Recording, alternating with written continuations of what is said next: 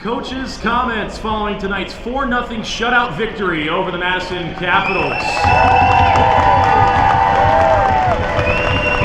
Alexander Fern here with you, sitting alongside Lincoln Stars head coach Rocky Russo. Rocky, from start to finish, I thought you guys came out with a really good amount of jump and pace. What do you see on the bench over there? Yeah, I mean, I thought the identity of our group was evident tonight, and we finally showed some emotion. I think that too many of the guys have been just dipping a toe in the water instead of diving in, and tonight we finally dove in, and that's Lincoln Stars hockey. That's the identity of a group that I coach, and as long as I'm here, that's what we're going to do. And it's going to be perfect every night, no, but we're going to go out, we're going to compete, we're going to battle, we're going to defend ourselves, and we were able to do that tonight, and we had a big win. Can't talk about tonight's contest without first talking about the hat trick from Alex Pelletier. Just a guy that has been absolutely phenomenal for you guys this season. Even that line with him and Loomer getting a goal tonight as well. Just talk about a guy that is wearing an A now for this organization.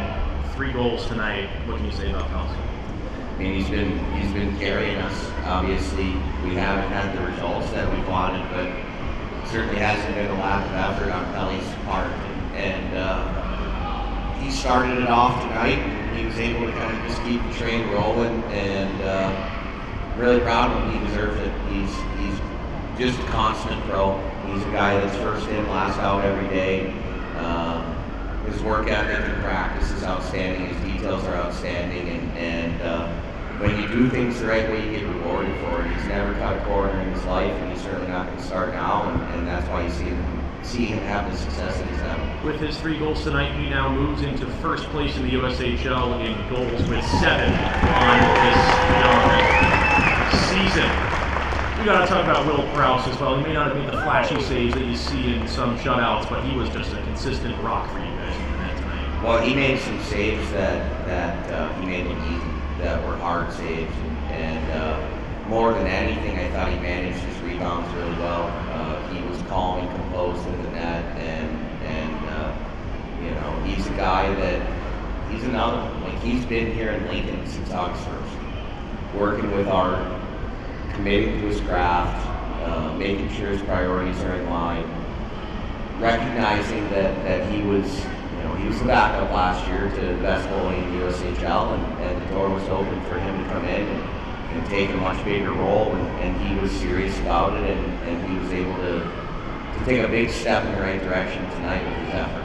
You've talked to me a lot about the special teams units this season, where there's such a magnifying glass on things when they're not going well early in the season. You get 2 power play goals tonight. Penalty kill is perfect. What did you see from that unit? Was the shootout or the penalty shot goal count as a power play goal? It does not. It should.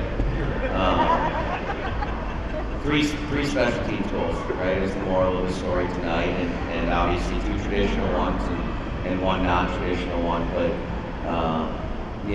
we finally were able to just simplify it a little bit. We were able to get inside the dots a little bit, been a little bit too perimeter on the power play, and we were able to kind of simplify and get pucks in the net, and we get rewarded for a great shot by Pelly on the first one, the rebound goal on the back door by Loomer on the second one, and the penalty kill was outstanding today.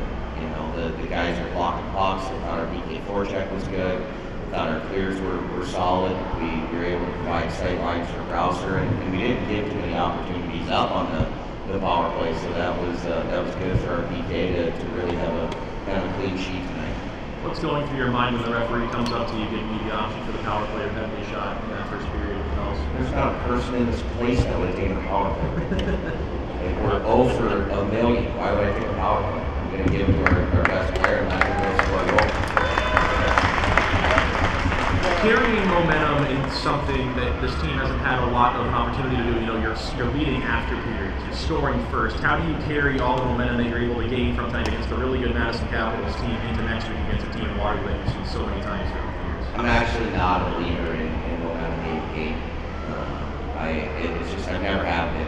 I think there's momentum within a game. I think your process takes over in between games, and doing things the right way.